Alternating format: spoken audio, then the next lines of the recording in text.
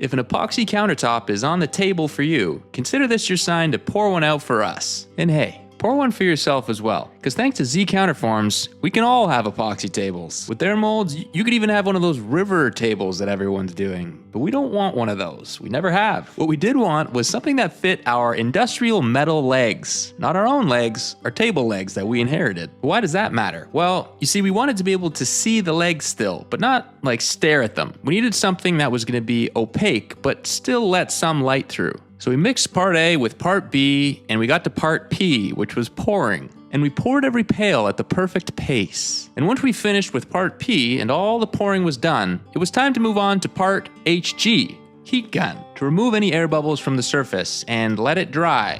But that's boring, so we moved on to part RC, racing car, remote control racing car. And after a few days of that, it was time to remove the forms and reveal our perfectly clear, crystal clear epoxy table. But if you were paying attention, you'll know that's not what we wanted. And to be honest, we didn't really know what we wanted, but when we saw it clear, we knew that wasn't what we wanted. So we honed it down, we buffed it with various sanding grits and polishing powders until it was just the right amount of opacity, the perfect opaque tabletop that we knew all along that we really hoped and desired we could achieve. Or in other words, we did exactly what we wanted, as usual.